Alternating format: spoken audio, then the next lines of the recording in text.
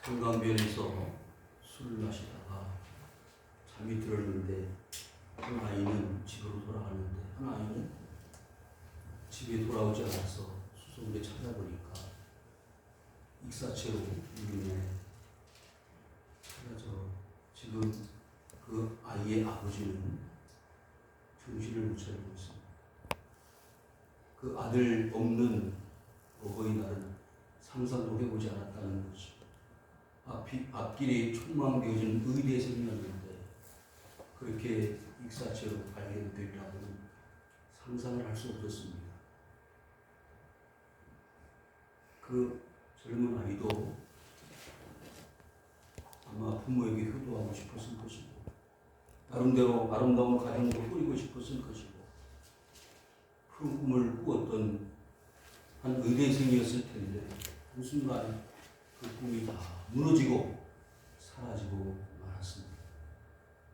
자초지종은 자체하고서라도 왜 그런 일이 벌어졌는지 참으로 안타깝기가 그지없습니다.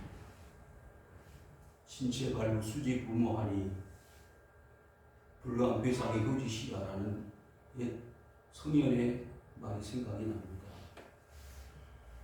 그 말의 뜻은 우리 자신이 가지고 있는 모든 신체는 부모로부터 받은 것이기 때문에 조금이라도 상처를 입으면 안 되는 것이고 그 건강한 신체를 가지고 사는 것이 부모에게 효도의 시작이 되겠습니다. 그런데 그 의대생 아버지는 어떤 마음이었을까? 지금 어떤 마음으로 하루하루가 고통스럽지 않겠습니까? 어디 다리 하나가 부러져도 고통스러운데 자기 먼저 앞서간 그 아들을 기억하면서 얼마나 괴롭겠어요. 사랑하는 성도 여러분, 어버이 주일이 아니라 우리는 평생 부모에게 효를 하면서 살아도 모자란데 먼저 가신 부모 안타깝게 보내고 나서야 비로소 처리들 내가 조금 더 사랑이 실때 잘할 거야.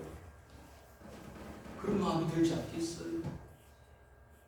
여러분, 오늘 말씀의 주인공 되는 이 요셉은 정말 파란만장한 삶을 살았던 인물 중에 한 사람이 아닙니다.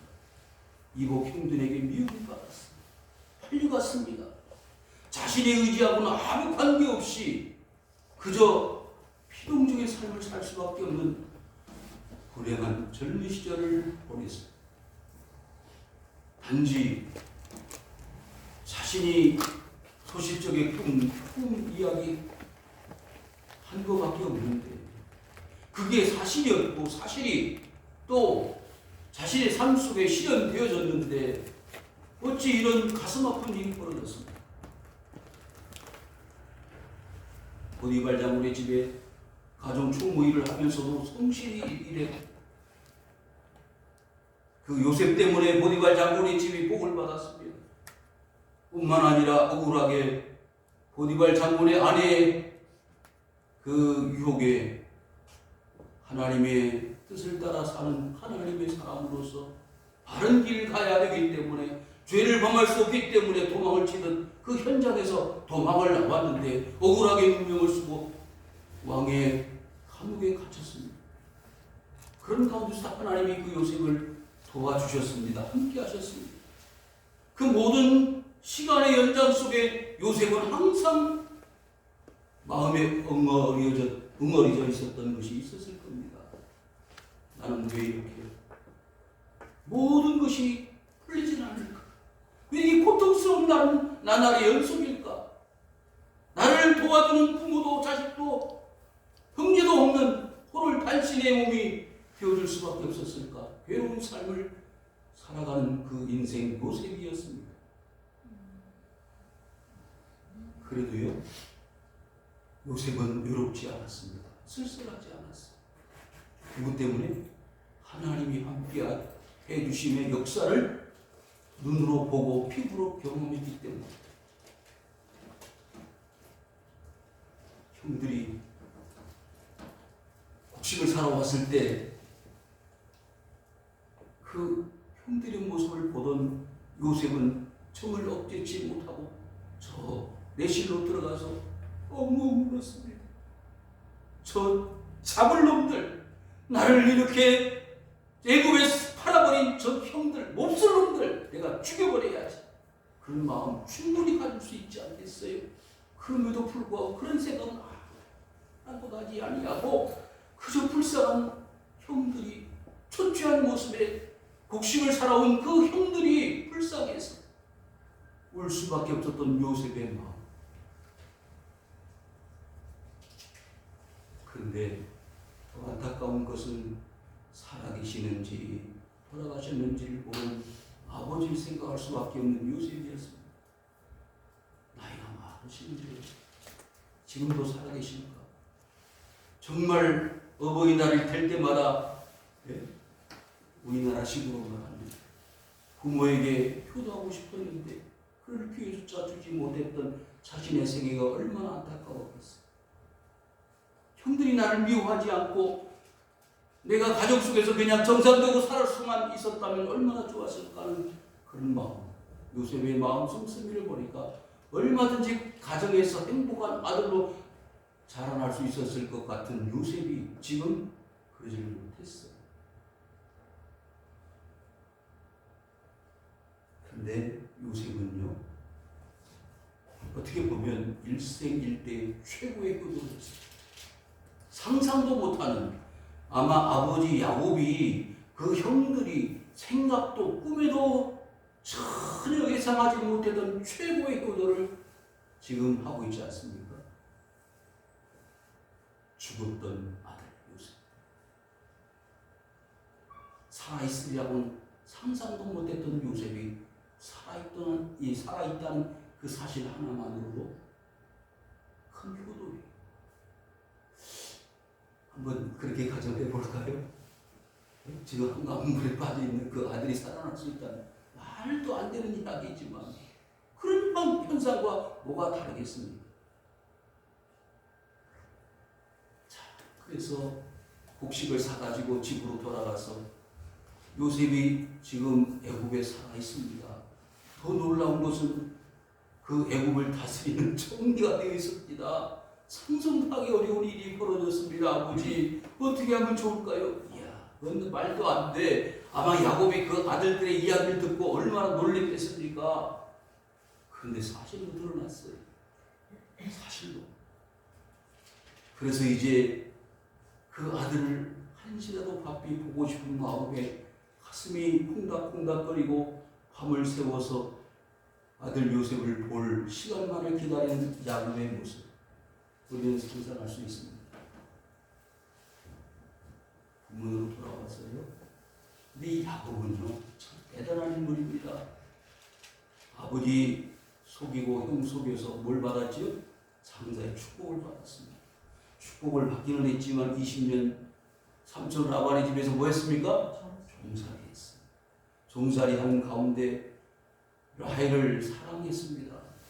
그래서 그 라헬 때문에 7년을 하루같이 일하고 라헬을 얻어서 행복하게 살려고 했는데 그 삼촌이 형 레아를 먼저 결혼을 시키고 여종들을 결혼시켜가지고 많은 자녀들 낳은 건 좋았는데 그 라헬이 낳은 아들이 요셉이고 베냐민입니다.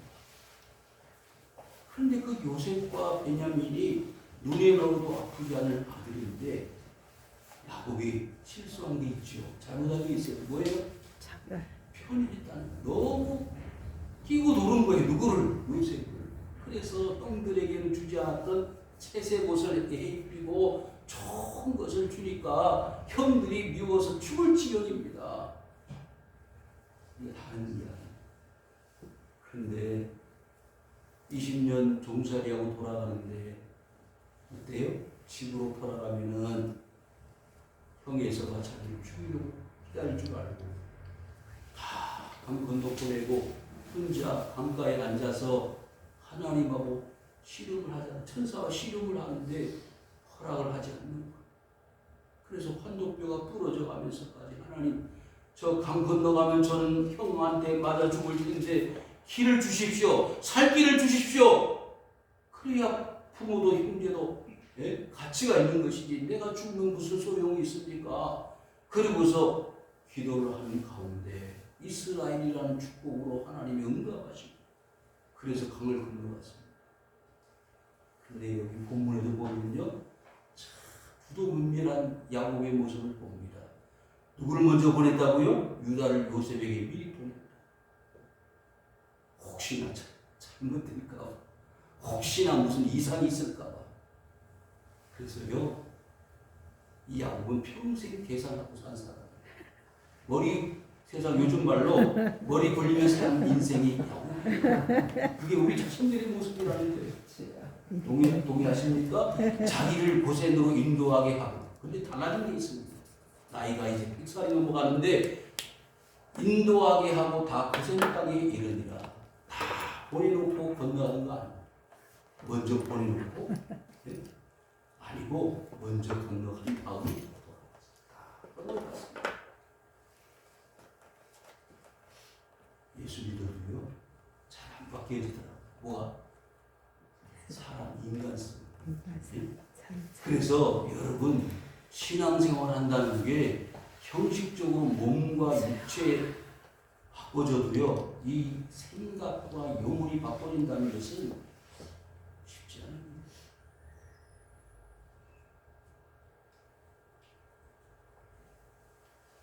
여러분 오늘 이 요셉을 보면서 우리는 예수 그리스도를 본다 그렇게 말씀을 많이 하잖아요.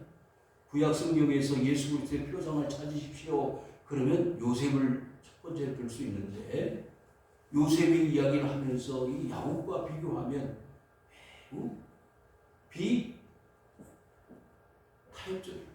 하나가 될 수가 없어요. 어떻게 그런 계산적인 아버지에게서 요셉과 같은 형들의 미움, 시기, 질투, 아버지의 그 편애, 이런 인간성이 별로 좋지 않는 가정 환경에서도 요셉과 같은 인물이 나왔을까? 별중. 여러분, 예수님은요, 그런 계산적이고, 그렇게 가난하고, 소외당하고, 멸치천대받았던 저 유대 땅, 베들레헴 말구육간에 오신 누구 때문에? 우리들 때문에.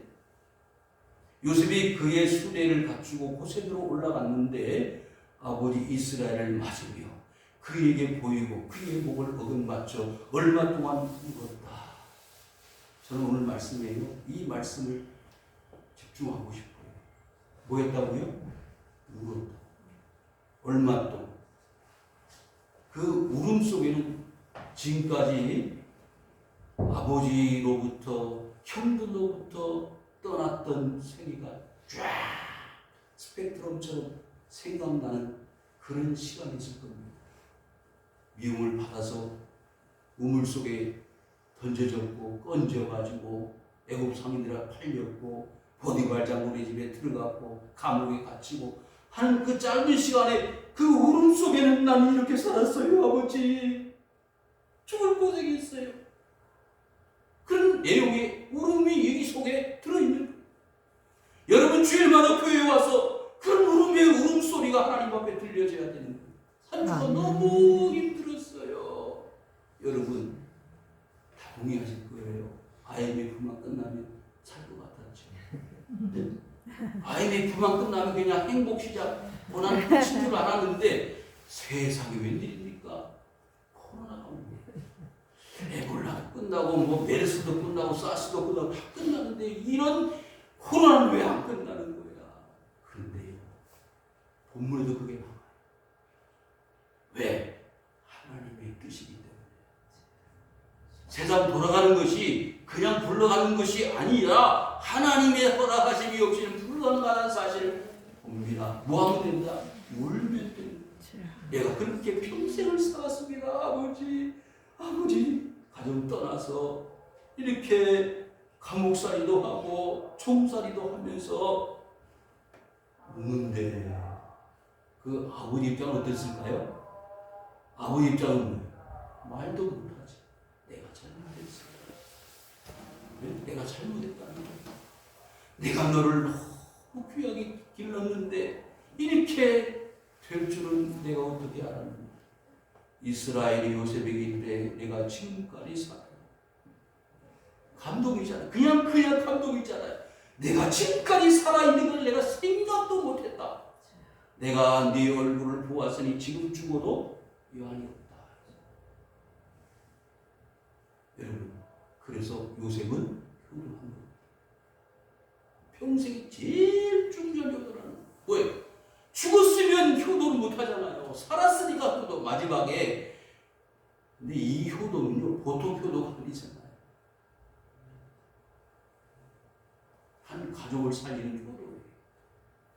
그렇잖아요. 아버지에게 뭐 봉투 하나 드리고 저녁 대접 한 끼 하고 하는 게 효도인 것처럼 요즘 생각하는데 그게 아니잖아요. 제가 너무 오늘 감동받은 기도가 있어요. 우리 박 목사님 오셨는데 너무 죄송해요. 죄송해요. 왜? 요즘은요 자식이 부모를 찾아가는 게 아니고 부모가 자식을 찾아가요. 명절날 그러잖아요. 추석 때 부모가 올라와요. 자식이 되더라고요. 부모가 올라와요. 자식이 경주 뭐 전라도 광주 내려가는 게 아니잖아요. 맥히니까 거꾸로 부모가 올라오시고 우리 부모님 여기 아버지예요. 누가 뭐 이렇게 사랑하는 제자 교회를 찾아다니시는 목사님 세상에 어디. 그러니까 저는 오늘 박 목사님하고 붙들고 이제 울어야 지금 우세요. 하나님이 얼마나 정확하게 응답을 하시는지 몰라요. 지금까지 내가 이렇게 하남시에서 목회하고 있다는 게 내가 네 얼굴을 보아서는 지금 죽어도 박 목사님 그런 말씀을 하시는 지금 죽어도 요셉의 그 형들과 아버지의 가족에 이르되 내가 올라가서 바로에게 아뢰어 이르기를 가나안 땅에 있던 내 형들과 아버지의 가족이 내게로 왔다. 이거는 괜찮아요. 축복이에요. 왜? 이제는 고난의 끝이고 행복이 시작이잖아. 왜? 요셉이 총리가 되는데 뭐가 문제예요? 아무 문제 없습니다. 아무 문제 없습니다. 가나안 땅에서는요. 비록 감으로서 7년, 6년 아까 지난주에 뭐라고 그랬죠? 겨우 2년이 지났어요. 뭐가? 흉년이. 얼마 남았어요? 흉년이 5년이 남았어요. 5년 동안 어떻게 살아있겠어요? 그런데 하나님은 기가 막히게 요셉이라는 아들을 통해서 죽었던 아들을 살려내가지고 애국으로 제일 기름진 땅, 고센 땅으로 하나님이 야곱의 가정을 인도하시더라. 교회의 역사는 이거예요. 초대교회도 그렇고 한국교회도 그렇고 저희 교회도 그렇고 죽을 만큼 고통스러울 때 하나님은 살려내시다. 아멘. 성도 여러분들 삶도 마찬가지예요. 저희 교회 몇 분 안 보이시지만은 한 가지 한 가지를 보면 정말 바닥 같은 인생들이지만 하나님 그 바닥에서 이렇게 세워주시더라 이거. 아멘. 하나님이 가나안 땅이 좋습니까? 애국 땅이 좋습니까?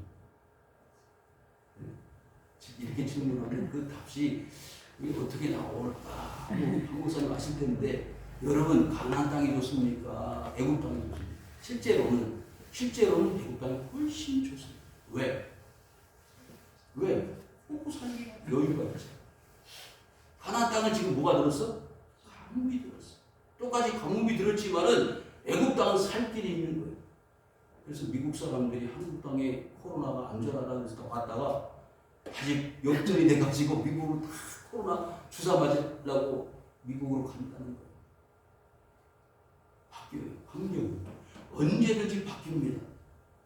근데 그 환경이 바뀌는 가운데서 뭘 받아야 된다? 하나님의 인도를 받아야 살 길이 열린다. 아멘. 여러분, 만약 가난에 있었으면요 굶어 죽었을 거예요.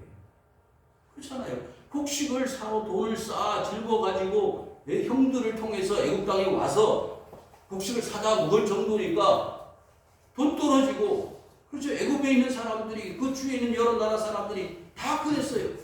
처음에는 돈으로 곡식을 샀는데 나중에는 자기 밭을, 논을, 심지어는 자식들을 다 종으로 팔아버리는 거예요. 왜? 먹고 살려니까. 지금 이 순간이 그렇습니다. 인도가 지금 하루에 수십만 명이 코로나 확진자가 나오고 몇천 명씩 죽어가는데 그거 아니겠어요? 그러니까 어딜 가면 살아요. 미국을 가든지 영국을 가든지 대한민국을 오면 사는데 인도에서는 죽는 거예요. 그래서 지금 인도에 있던 한국 교민들이 지금 비행기 타고 오는 거예요. 호주에서는 비행기를 타고 자국으로 호주로 오면 안 받아주겠다는 거예요. 이런 세상. 죽느냐 사느냐. 코로나가 지금 얼마나 심각한지는 여러분들이 보셔서 아시는 거예요. 그러니까 야곱의 가정은 어디로 오면 애국으로 오면 사는 겁니다. 그런데 여기에 변수가 있어요. 이 변수를 어떻게 잘 이기느냐, 그것이 이 야곱의 가정의 축복의 비결입니다.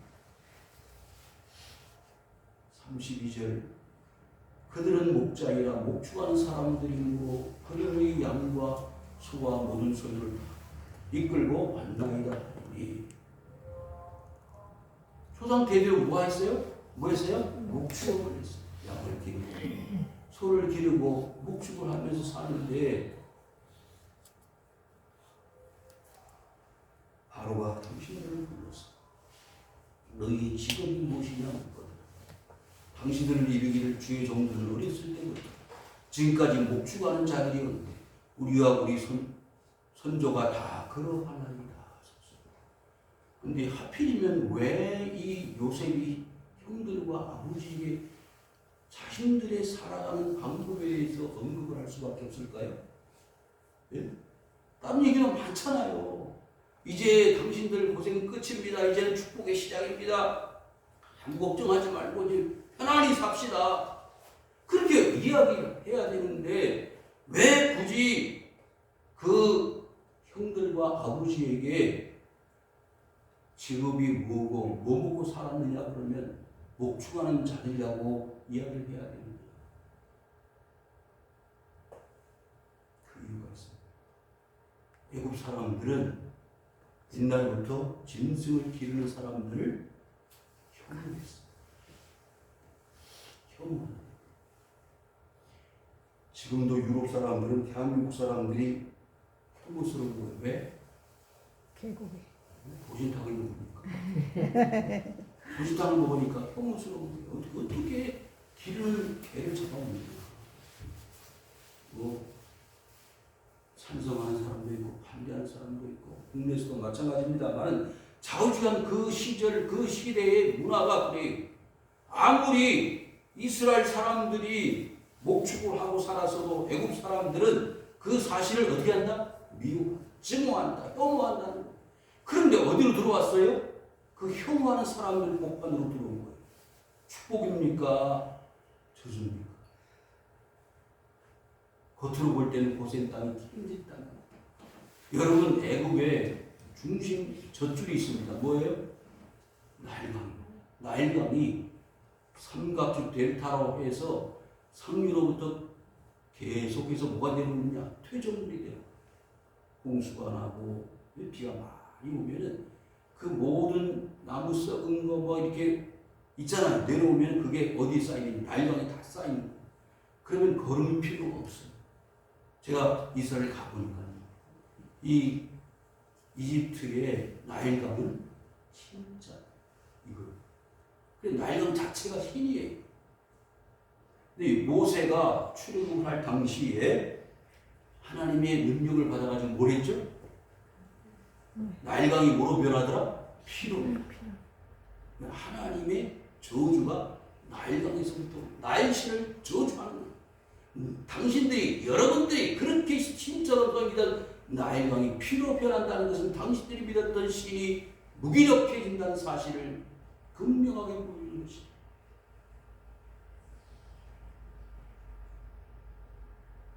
그런데요, 그런 문화 속으로 애굽 사람들을 향해서 70명의 야곱의 식구들이 피난을 옵니다.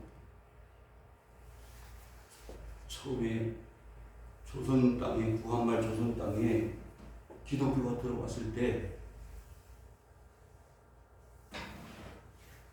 한 예를 들면 서양 선교사들이 뭘 잘랐죠? 머리를 잘랐어요. 그 당시에 뭘 틀고 있었어요? 상투를 틀고 있었어요.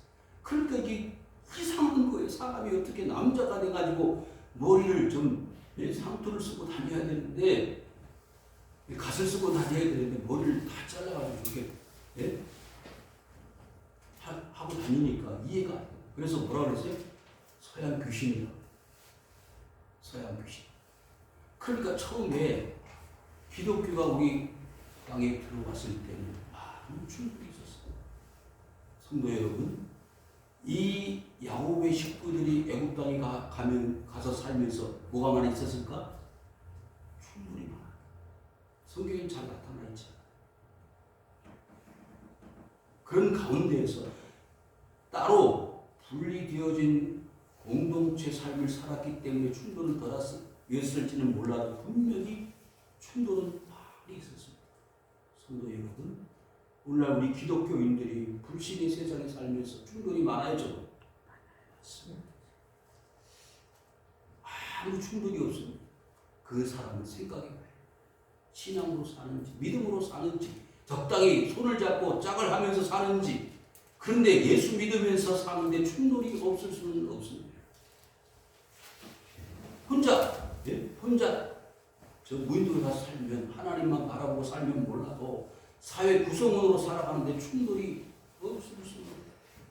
제가 성교수에 갔을 때 예루살렘에 갔습니다. 제가 언제 말씀드렸지만 그 성전 옆에 조그만 집이 있는데 그 한 50대 넘는 중년 부인이 나오셨는데 저희들 보더니 인사를 하면서 자기 팔 이렇게 옷을 걷어요.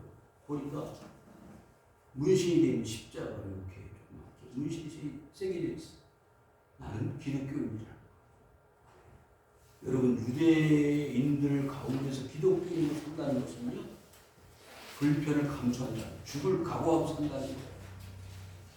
이번에 코로나가 이스라엘에서 접종을 많이 해서 많이 희생이 줄어들고 있다는 사실인데, 뭐 축제를 해가지고 좀 많이 희생이 당했잖아요. 근데 유대인들은요, 그런 축제 속에서 마스크 다 벗고 사고를 당하는 뭐 확신이 되든 관계없어요. 사랑하는 성도 여러분, 기독교인으로 산다는 것은요, 죽음을 각오하고, 불편하고 힘든 건 각오하고 사는 그 기독교인으로 사는 거예요. 여러분, 예수님의 제자 12명은 예수님 때문에 고통당하는 것을 마땅한 일로 여기고 살았던 사람. 그 제자들로부터 또 교육을 받았던 제자들 그렇게 고통받으면서 사는 것이 마땅한 도인 줄 알고 살았습니다. 그런데 오늘날 기독교인들은 어떻습니까? 예수 믿으면서도 고난을 받으면 저주를 받았다고 오해하는 시대에 살고 있다는 거예요.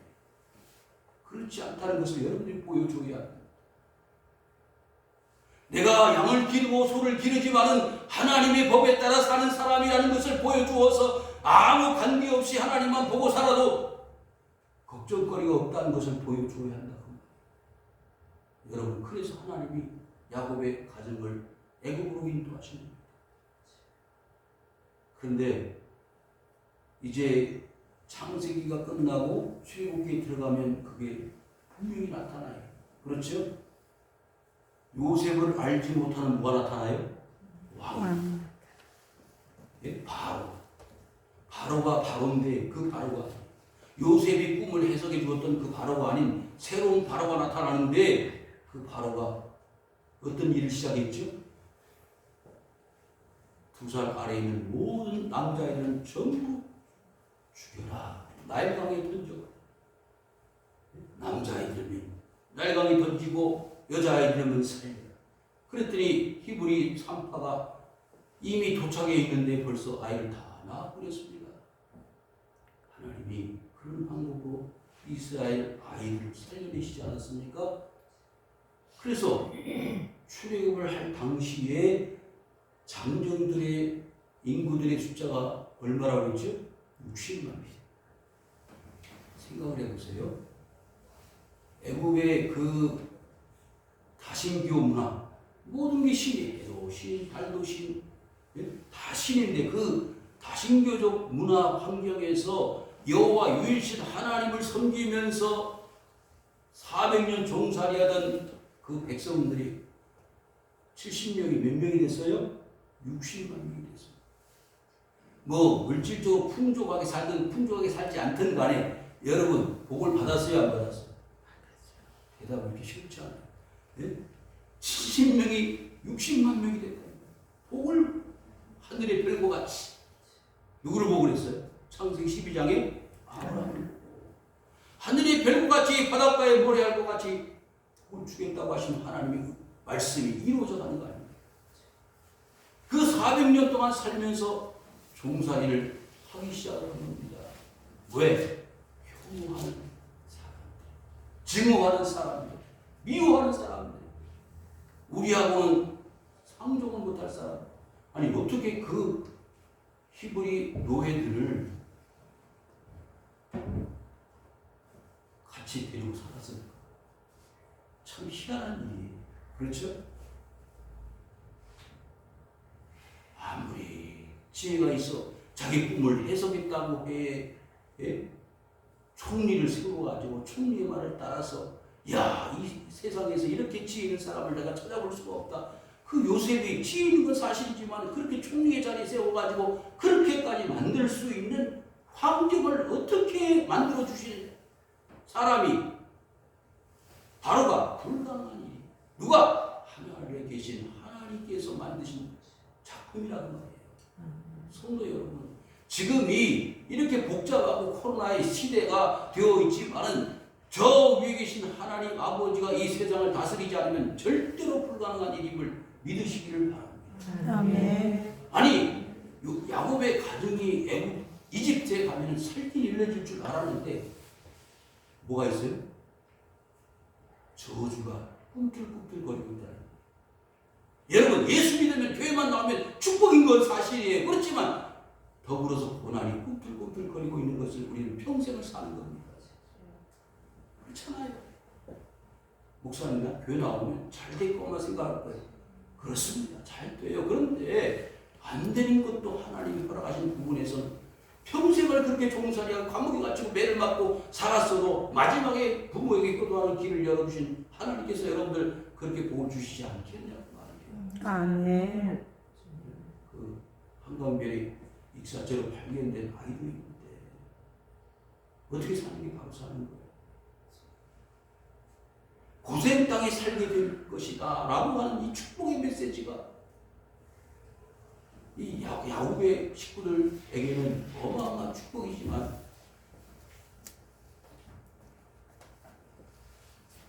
그렇지 않은 부분도 있다.